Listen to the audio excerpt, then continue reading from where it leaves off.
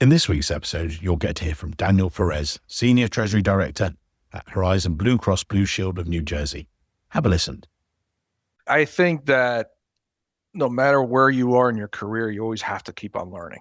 You have to be, I'm trying to learn every day. Some of the things I do and downside, I got very fascinated, if you will, on the financial crisis, right? So some of the things I've read on my, big downtime, it's about the financial crisis.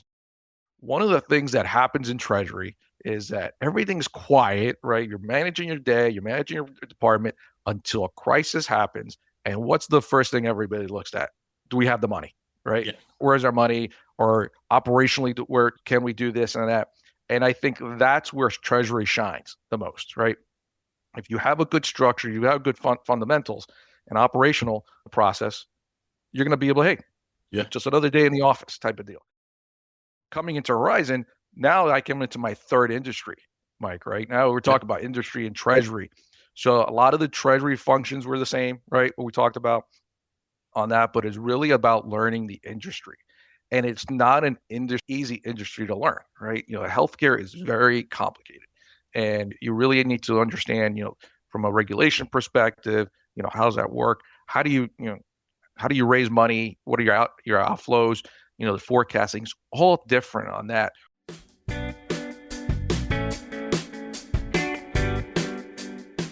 Welcome to this week's Treasury Career Corner podcast, where I interview Treasury professionals about their Treasury careers. Each and every week, I'll talk to treasurers about how they build their careers, where they are now, where they see both themselves and the Treasury profession going to next. Let's get on with the show. This week's show, delighted to be joined by my good mate, Daniel Perez, Senior Director of Treasury at Horizon Blue Cross Blue Shield of New Jersey. Horizon Blue Cross Blue Shield of New Jersey are the state's largest and oldest health insurer and subsidiary of Horizon Mutual Holdings, a not-for-profit mutual holding company. Together with its affiliates, Horizon provides a wide array of medical, dental, vision, and prescription insurance products and services for all of their clients, their customers, right the way across. Well, in fact, I'll get Daniel to explain exactly who they are later on in the show. We've known each other for many years. We're good friends, so I always enjoy these podcasts where I know you well. Daniel, mate, take us back to the beginning, if you would. You just described before the show that you're a Treasury lifer, but in a good way. So over to you, sir. Great to have you on the podcast finally. Over to you. Well, thank you, Mike. I'm really looking forward to this. I know that we've known each other for a long time, so I think it's going to be a good conversation, a good chat on that. So I'll start with, how I got into Treasury, and I'm going to go back a little ways, right? Yeah. I'm a big person in believing in destiny and how you get to where you're supposed to be getting. And, I'll go back all the way back as a kid. My mom was in banking for over 40 years, managing branches, managing different credit. She was a vice president of credit. And I got to see it firsthand on what banking is. And I always say Treasury is your corporate banker, if you will, on that. So I got to see her work a lot. And I was always interested in that aspect of finance, if you will. Yeah. But not necessarily that I say I want to be a banker on that. So, but I was very intrigued with that. So, when I was going to college, I was wondering, okay, what am I going to study, right? And what am I going to do? And again, you go to a parent, you go to mom. Hey, mom, what do you think I should do? And I remember the conversation. She goes, hey, listen, if you get into finance, then you go branch out into a lot of different things in your career and whatever you wanted. So that's exactly what I did. I got my degree in finance.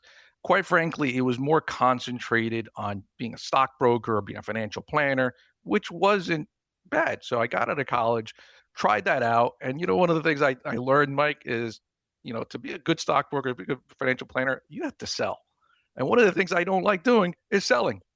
So I don't like doing that. So I somehow got into accounting. One of my first jobs in accounting, I worked for luxury brand Gucci at the time. I was a junior accountant. I was doing a lot of reconciliation, a lot of bank reconciliation, was backing up the Treasury person at that time every once in a while. So I got a little taste of that. And as a Treasury person, I like money, right? So I found that interesting. So ironically, I got a call from a recruiter at that time, wasn't looking to move at that time. I was about to get married. I was, I'm very happy where I was at first for the moment. But he's like, listen, just have a conversation. You bed in my ear enough. I went to had a conversation. I went to interview with Bed Bath and Beyond corporate office at that time. They're looking for a staff accountant. And who are they? For I know them well. Oh, Been there. Yeah, yeah. So explain who Bed so Bath and Beyond. yeah, so Bed Bath and Beyond was no longer around. A retailer. They a lot Yep. of different stores. They had a lot of different stores across the country. They sold a lot of bedding and kitchen apparel and stuff like that. So the folks in the States really know about Retail. Yeah, that. big Yeah, retail. retail on that. So it was retail. And I was coming from retail at Gucci at that time. So when I went there, I was interviewing for a staff accountant job, like I said, with the assistant controller. And she had, at that time, she was overseeing Treasury. She just got Treasury under her belt. And she goes, hey, listen, I see you have a little bit of Treasury experience. We had the Treasury analyst just resign 4 days ago. Would you want to sit Here you go. down Yeah. to interview for the Treasury analyst job? And I was thinking to myself, I wasn't planning on it. Another half hour conversation is fine. Let's do it. So I went and I interviewed with the treasury manager at the time, another Mike, and I'll get a We're little taking more over the into world. him a little bit on that. And I interviewed there, went great. And one of the things I've never had it ever happen again in my career was I got offered both jobs, Mike. And it's interesting. The recruiter said, "Listen, you did so good. They really liked you. You could have your pick of the job." So I had to think for a little bit, and coming back to the destiny situation wasn't something I was thinking about. I was like, you know what? I really liked the vibe I had with the manager at the time, Mike at Bed Bath& Beyond, and let's try the treasury thing out. Yes, he was like. And I haven't looked back since. No. And that was And 2001. And yeah, with the treasury there, was it more retail treasury, domestic? Because again, when we talk to some of our podcast guests, and by the way, across sometimes you have lots of international, but you were more domestic, or what was the sort of the treasury mix? at the beginning, it was very domestic. We Yeah. were starting when I started. We were about 200 plus stores, only domestic. We were opening about 70, 80 stores a year. As we went by, I forget what year, maybe 2006, which was a good experience. We did go international, which was Canada at the time, and then a little bit after that was Mexico. So I got a little bit of a taste of FX and how to deal with that on the accounting side, but mostly it was domestic. Yeah. What I'd say about Bed Bath Beyond, and I try to put my career in different buckets, if you will. That's where I learned my core treasury. Yeah. Very operational, your normal stuff that you do in treasury, your positive pays, your cash management. That was very operational. Again, domestic on that side. And you then went, and I know you and I have talked about this, you went from treasury, what's the word, contributor, to then actual more decision maker and leader and things like that. So as you started to step up, what was that like, or how did that happen? So it was really good. Listen, I think that's when you have a good manager advocating for you and they see your talents, right? He saw something in me that I probably didn't see right away. He saw, hey, Daniel's going to be Do a this. good supervisor, if you will. So that's where I got my first opportunity to supervise a team, right? And that so which I really did enjoy on that, and basically giving you the keys to manage the way you wanted to manage. So that's how I got my opportunity there. So I started as a contributor, a couple, year and a half later, I was a supervisor at that time. I got to be able to manage a team. I always say managing people is not the easiest thing in the world.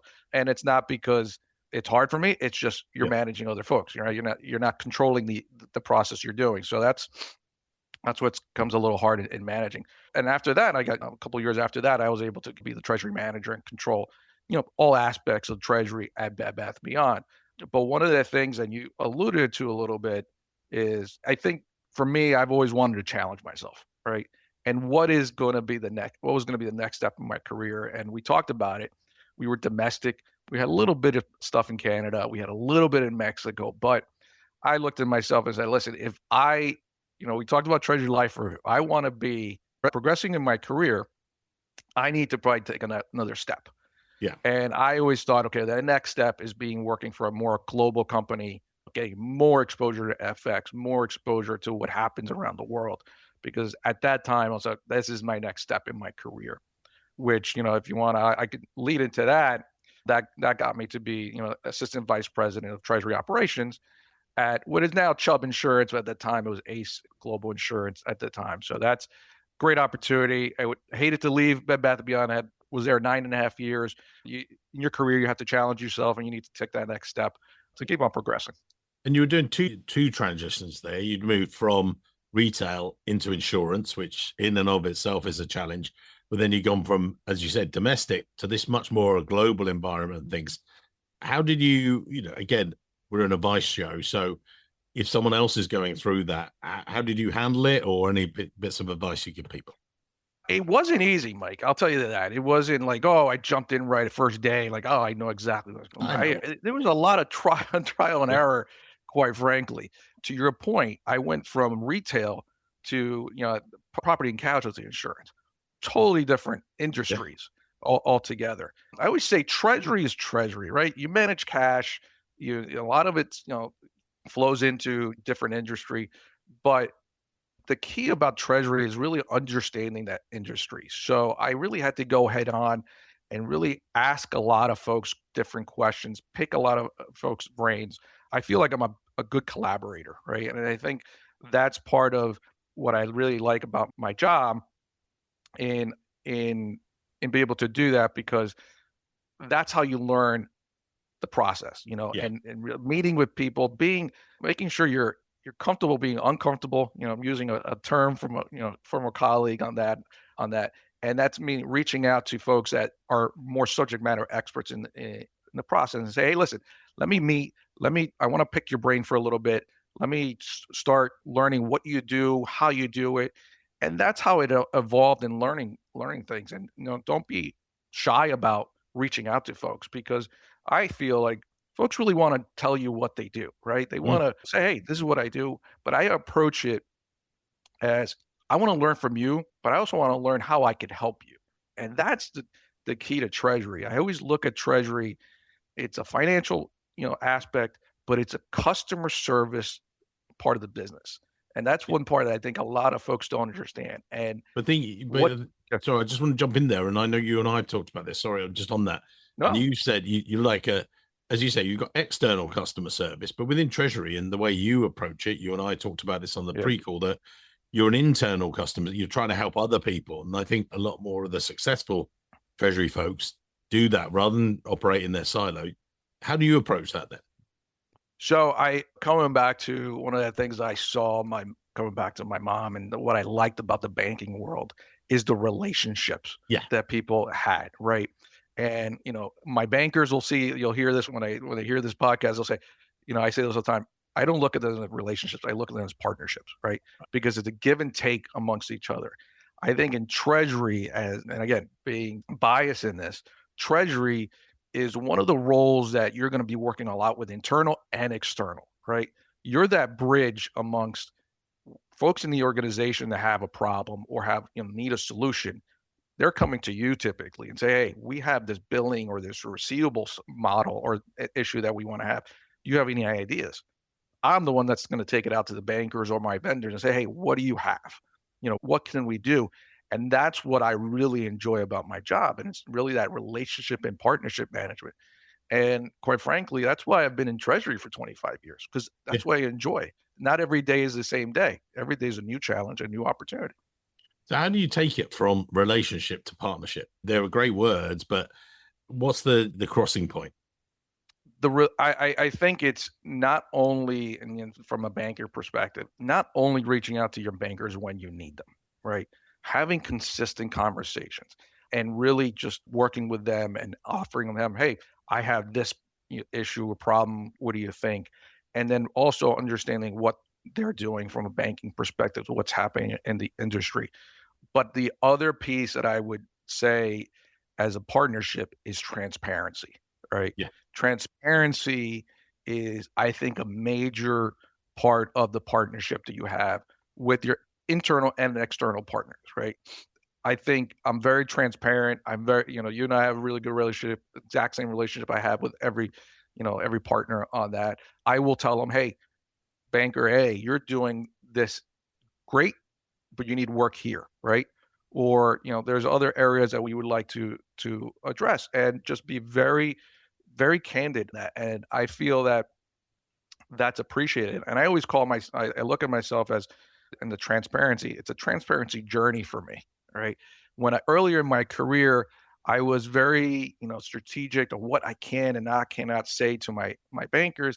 And quite frankly, Mike, I didn't feel like that worked, right? Yeah, We're going in circles a little bit and sometimes in some initiatives and processes, but you know, there was a point in my career, and I can't tell you pinpoint right now what it is. I said, you know what? I'm just gonna rip the Band-Aid, just do really it. be transparent. And I just found that that's when we started getting things done. Yeah, And then, for example, if we're not gonna do something, I'm gonna say, hey, it's probably not the not time. happening. Maybe 18 months from now we'll do it, but not now. Now that's Yeah. not the time. Well, I think, and actually picking on that, and it's brilliant. We talked about that Sandra Ramos Alves, who I know you saw at Bristol Myers Squibb. She was a live stage guest at Treasury Career Corner Live. Now we've actually got a colleague, Keith, who Gorb, he's in a session in March.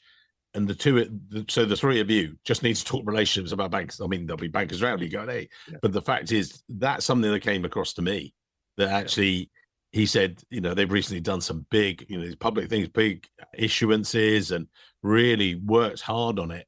And he said, it's all about that. And he said, that didn't happen just for that one deal. He said, we've been Right. building up to that for years. So that Right. was cool. And then Yeah. talk us, Absolutely. yeah. And then with you, then bring us a bit more up to date, and then your journey at Horizon Blue Cross Blue Shield in New Jersey. Again, explain who they are. Now, some of the people will have heard my chat with Frank, but give us a chat through the organization, then Frank, and then bring us up to date. Yeah, so Horizon Blue Cross Blue Shield of New Jersey. I'll start on explaining the Blue Cross Yeah, Blue Shield brand. yeah, It's a license of the association, right? So other folks have heard of the Blue Cross Blue Shield. I don't like to use the word franchise, but think about that. There's the association, and everybody licenses that name, and you'll have different Blue Cross Blue Shields across the country. That's just that Blue Cross Blue Shield name that they're licensing, but they're all individual, right? So you have different different plans across the country. We are the health insurer of New Jersey, right? We are an individual company. We have our own board of directors. We have our own senior management team, and we primarily, write business, like your medical, Medicaid, dental, all that business in the state of New Jersey. yeah. On And that, this we is have for some healthcare. divisions. This is health insurance for individuals, families, employers, because obviously Exactly. massive business in the US, whereas it's structured very differently. And you've got, I mean, looking here, it says over 3 million. You serve over 3 million throughout New Jersey and things. And it's quite different, if you like, for us, in Europe in particular as well. Yep. No, absolutely. So that's really what we're doing. We're here to provide services for our providers, right? And our groups, Yeah. that we do health insurance administration for on that. So that's part of our business. I always, my part of it is I got to make sure I pay these providers, right? Yeah. That have the money to pay them. But that's essentially that's what it is. Primarily in New Jersey is where we're based out of. And you've been there 10 years or 11 years now, but you started with as Treasury Ops Manager, now through to Senior Director. What's the titles have changed? Your roles evolved. What stayed the same? What's changed? So I'll say what got me here, right? Yeah.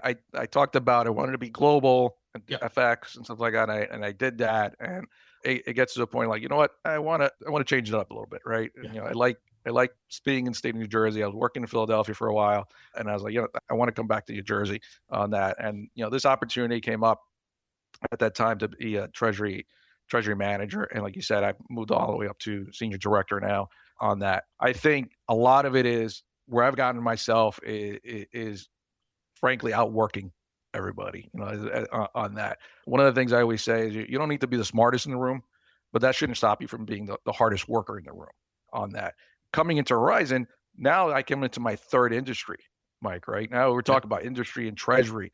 So a lot of the treasury functions were the same, right? What we talked about on that, but it's really about learning the industry. And it's not an easy industry to learn, right? Healthcare is very complicated, and you really need to understand, from a regulation perspective, how does that work? How does that work? How do you raise money? What are your outflows? The forecasting's all different on that. One of the things that I really pride myself, and I'll go back to Bed Bath, is operational, right? Yeah. It's really understanding the operations of the business. And one of the things I stress for myself and I stress for my team is whenever we're doing something, we really need to understand the ins and outs as much as possible. Map out the flows, what happens from A to Z and even further on that. Because once you understand the operations of the process, then you really be able to understand, okay, how can we fix it if it needs fixing? How can we expand on it, needs expanding? And that's how you'll be able to build it. It's a foundation, if you will, that you need to really understand. So for me, I've always been very strong operationally, right? Understanding that comes with experience, right? When you at some point in your career, something didn't go as planned. Okay, what can I do to fix that? So that, coming in, that's how I approached it. Hey, let's understand everything we do, map it out, do standing operating procedures, really look at those operating procedures every year. Do they make sense? Do they not make sense? And maybe challenge something that, Yeah. hey, I made a decision on something 2 years ago. It made sense 2 years ago, but it doesn't make sense now. So Yeah. it's really about operational structure of that's helped. And coming up a little piggyback on the operational side, I think from Treasury, what happens in Treasury, and I've been through a couple different avenue, not financial crisis, but world events, if you will, Yeah. right? We had financial crisis in 2008. We had COVID in 2020, right? One of the things that happens in Treasury is that everything's quiet, right? You're managing your day, you're managing your department until a crisis happens. And what's the first thing everybody looks at? Do we have the money, right? Yeah. Where's our money? Or operationally, where can we do this and that? And I think that's where Treasury shines the most, right?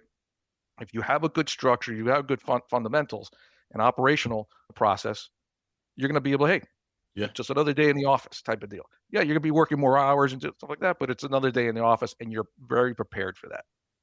And talk us through, if you would, touching on that. You talked about the team, you talked about that. You recently got promotion. We moved Frank and things. Can you talk us through that? And then where that transition for you, because obviously you've got that promotion. What's that been like for you? That's quite a shift, which is great. Yeah, sure. That's great. Listen, I think what's good about it is that coming back with the transparency, right? Frank and I, we had really good relationship, very transparent. Frank is, can you explain? Some So people Frank would have had, Malaccio, yeah, yeah, he moved on to he's a vice president treasurer at another company, I think Sirius Series Insurance, Life. Yeah. Sirius Life on that. So I look at him as a mentor a lot, but we worked very close together throughout the years, and I was able to be in the room, if you will, in a lot of these meetings, a lot of these discussions. I've been managing now. I manage a rating agency process, which is great. He helped me bring me along, and I'll talk a little bit about advocacy on Yeah. that in a little bit. But I've been able to manage the banking relations for a number of years on that, so I was able to get the keys, if you will, to manage that. So when he left, it was a good transition plan. Quite frankly, a little earlier than we thought, Yeah. than we ever thought it was going to happen. But what I did was dive right in, and see what it is. But what I'll talk about is the team, right? I think it's what happens, and it didn't happen overnight. It was a number of years that we put the right people in place, right? We challenged them in that. And I think the only reason why this has worked is because we've had a really good team on that. I got a couple of new areas to manage, but to me, it's like, listen, I'm here to guide, I'm here to help type of situation. I'm not here to change the world tomorrow. I want to learn too, right? Mm. And that's what I come back to. I don't have to be the smartest person in the room. I have to be the one that helps catch up on that. But it was only a good transition because Yeah. we did a lot of work when nobody was looking, Mike. And that's one of the things that just because somebody's looking, that's not when you work. You got to work all the time. What is your forward thinking? How can you, what could happen that you don't want to happen? Are you prepared for that? And I think that's how we did, and we really worked hard to get that. And I think that's what propelled me to this role and be able to do that. And I think so far it's worked really well. And that's a transition, though. You're letting go of some of the detail without letting go of it, getting off your plate. But you've made that step up. What's that been like? I feel like it's been a little easier than I even anticipated. And I think it comes back to letting go a little bit on that. Early in my career, I wanted to be in control of everything, right? because I wanted to. It's a certain way to do it. But what I learned over time is like, you know what? Just because you're doing it a certain way doesn't mean there's not somebody else that could do a better way, right? And they could bring a different viewpoint on that. So I said, the only way to, one, keep your sanity, if you will, from a work perspective, because when you're in Treasury, you're responsible for a lot. Right? You're responsible with all the funds of the organization. Yeah. So Yeah. that already on that is a lot to bear. But you don't have to do it by yourself, right?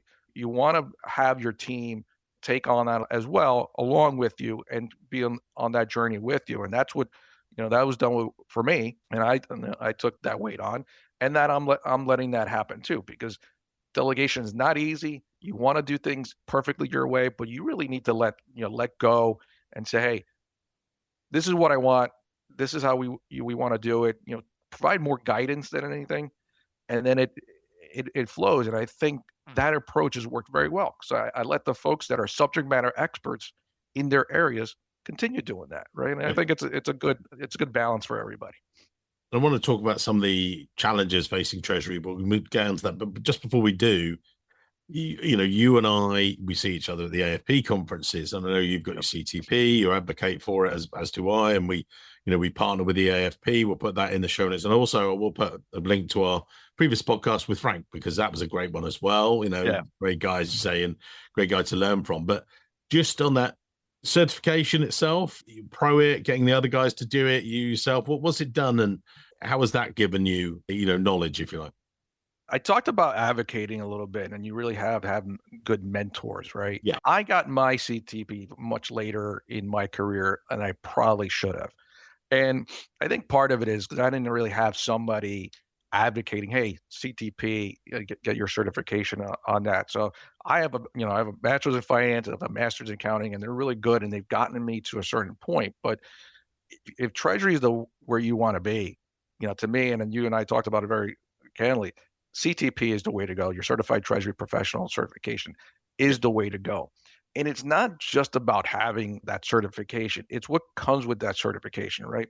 It opens a world of things that, you probably are not a subject matter expert on that. When, example, AFP. Yes, you are required to get certain credits to get your AFP credits, but if you're there and you're open and you're engaged, you're listening to what's happening in the industry, right?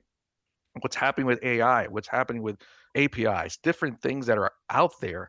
Yeah. And that's your exposure to that. Coming back to you're the customer service for the organization, the external connection to what's going on outside. Yeah. And that's what I think the CTP brings as that. And it also brings hey, listen, a seriousness to what you want as a treasurer that you want to do, right? Yeah. You're dedicated to that. And I think the CTP, as to me personally, has been a game changer. So from my career, and that's one of the things we do advocate. I have a few people on my team right now that are going through the journey of getting a CTP, and we push it. And I don't push it and say, hey, you got to get your CTP. If you don't get it, it's failure. I am the opposite. Get your CTP. When you're studying, you're learning. Yeah. Right. So I think that's the CTP is the way to go, especially if you're going to be in a Treasury environment. Challenges for treasurers, what are the key things that you're thinking about? Not keeping you awake at night, we're not going that far. But, what are the things do you think that other people out there need to think about? I think with Treasury, the main thing that I would say, you need to be as systemic as possible. That doesn't mean you don't have people, but you need to be as systemic as possible in all your processes. The more systemic you are, the less mistakes there are that could happen. A lot of times, and working in environments that are very manual, what blows up is process is manual. So for those Treasury folks that are looking at treasury management systems, I advocated very much, because you're able to manage your cash more systemically and more efficiently, if you will. But I think you really got to start looking what AI is bringing. I look at it as a tool.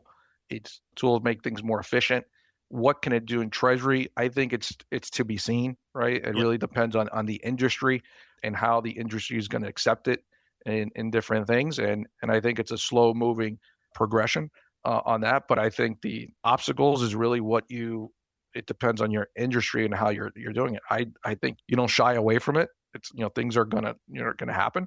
And in the treasury world, you have to become more digital, and you got to come with the times. If your customers, want to get paid a certain way, well, Yeah. you need to start looking at that, and it's real, right? Yeah. And keeping your ear to the ground. So I think there's a lot of that, but I think systemic, that you're not systemic at this day and age, you're a little bit behind the times, and not so much about being efficient, but also from a fraud prevention perspective, right? The thieves out there are pretty smart, and Yeah. and you need to try to get a step Switched ahead on. of them as much as you can.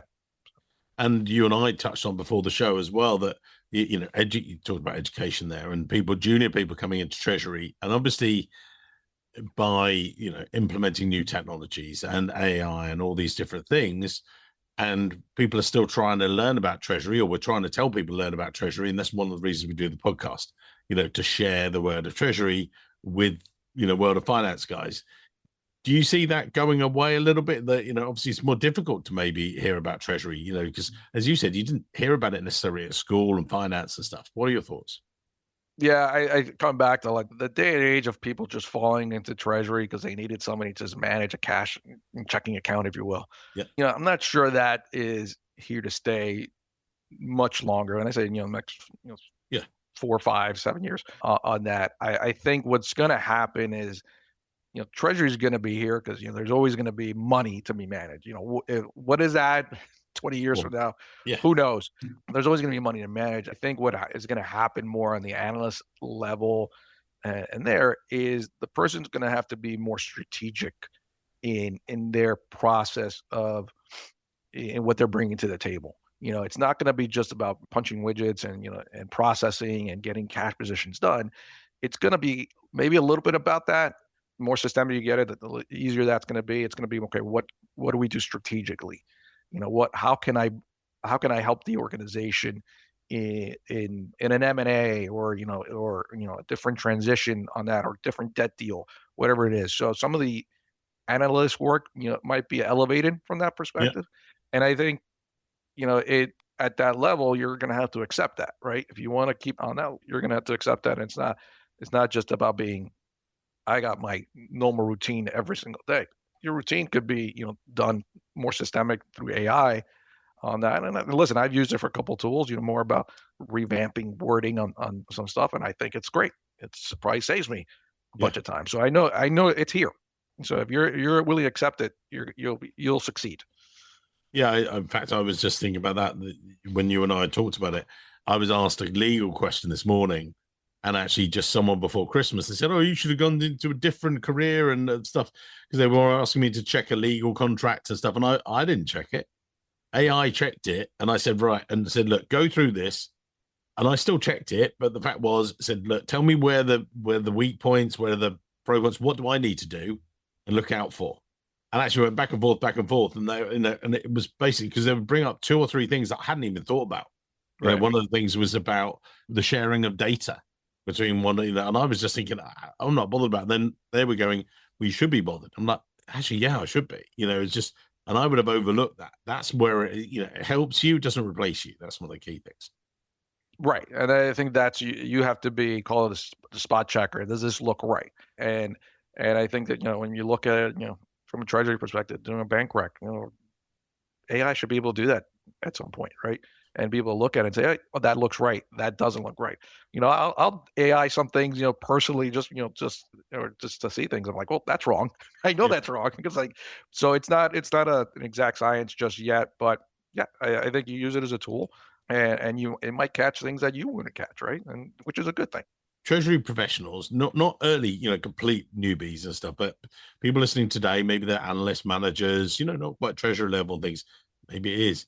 What mistakes do you think that you've made or managed they should avoid or think about, whether it's career or whether it's more subject?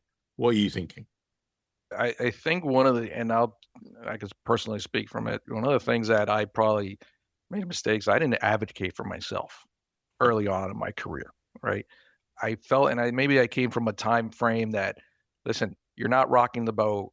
You go with what opportunities present themselves, and that's it. And I think that was, that was my mindset. Not that I take it now and say, "Oh, I'm banging on the door on this," but I think folks need to say, "Hey, I could do this," right? Yeah. Or what about this? I know there's a need here.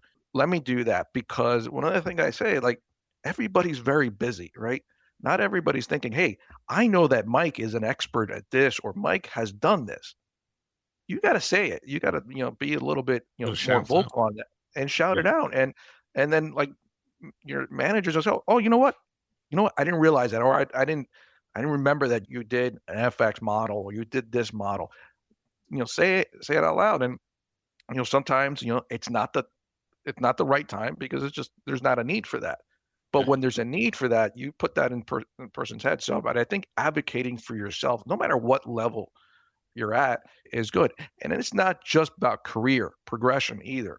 It's about advocating yourself to be able to challenge yourself in something that you might not be a subject matter expert, but it might expand your knowledge. Yeah. And if there's a need in the organization for something that, we don't have an individual to do, but it's like a stretch assignment, if you will, try to do that. Hey, raise your hand, try to do that. And you might learn something. You might develop a BI model on the stuff that they needed. And then great.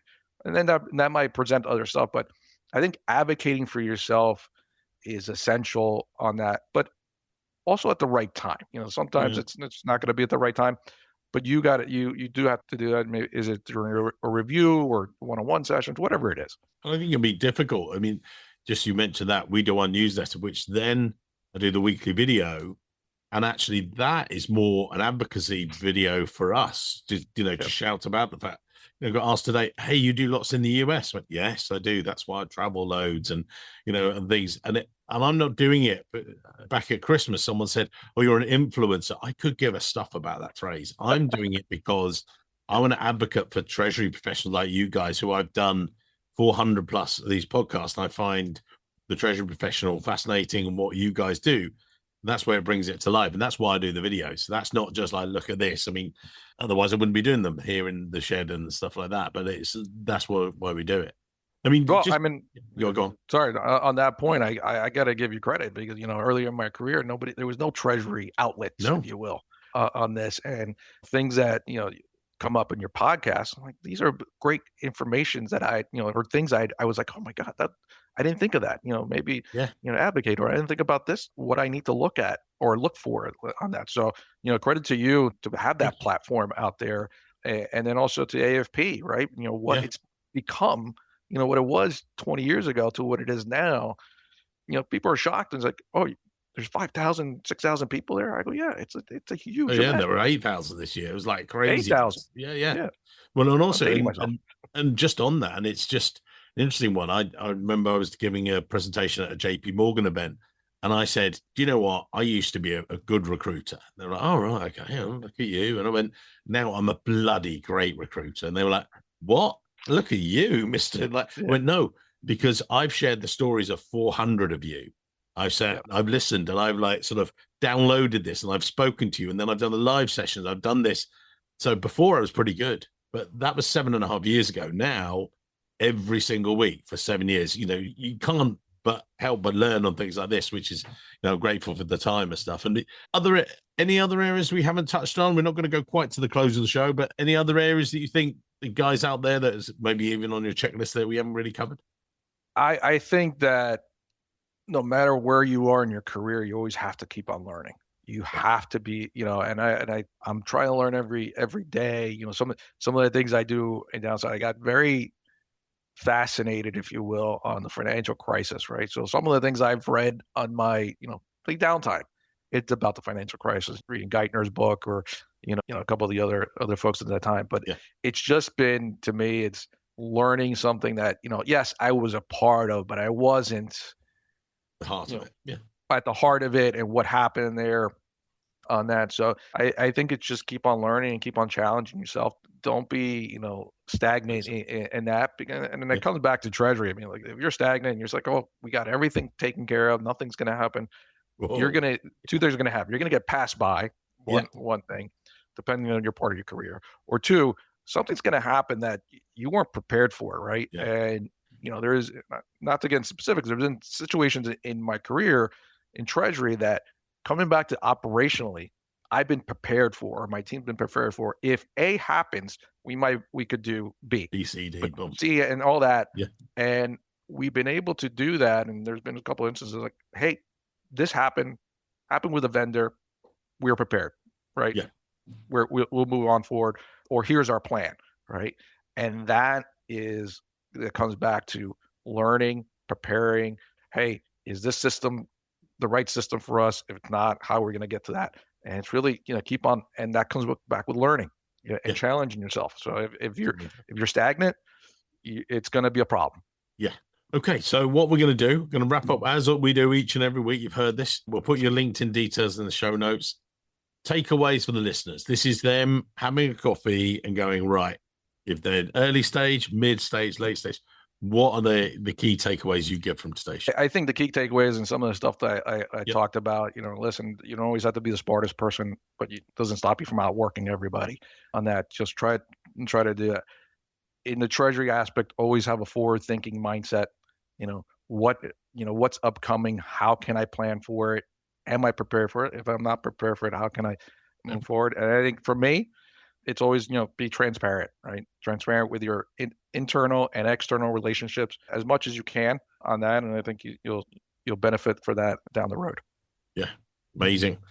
So great to see you. We're seeing you in a couple of weeks' time on a March event, which will be fantastic to catch up, and I look forward to the downloads coming through. Thank you very much for your time today. Fantastic. Well, thank you for having me. Really appreciate it. Thanks. Before you finish today's show, a quick reminder. You can earn CTP credits just by listening to the podcast. Listen to the show, take a short online quiz, pass the quiz, got to do that, and then we'll send you CTP credits. This means you can recertify, which I know you have to do every 2 years, and lots of people do it. It's so convenient. They do it whilst they're commuting, they might be at the gym, walking the dog. We're there to help you. It's designed to fit around you and your real treasury jobs, not add more work to it. If you're already listening, you might as well get the credit for it. All you need to do, head to the episode page, take the quiz, and as I say, as long as you pass, we will send you the CTP credits. I know, it's all part of the service. Thanks again for listening. We appreciate your support. I'll see you soon.